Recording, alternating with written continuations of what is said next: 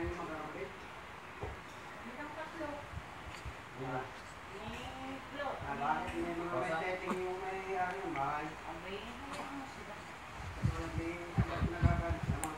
Eh, tinatawagan ang kwan ayaw mag-sipino. Sabi ko, kayo sa sinasagot kayo na inyong anak, eh hayaan nyo siya.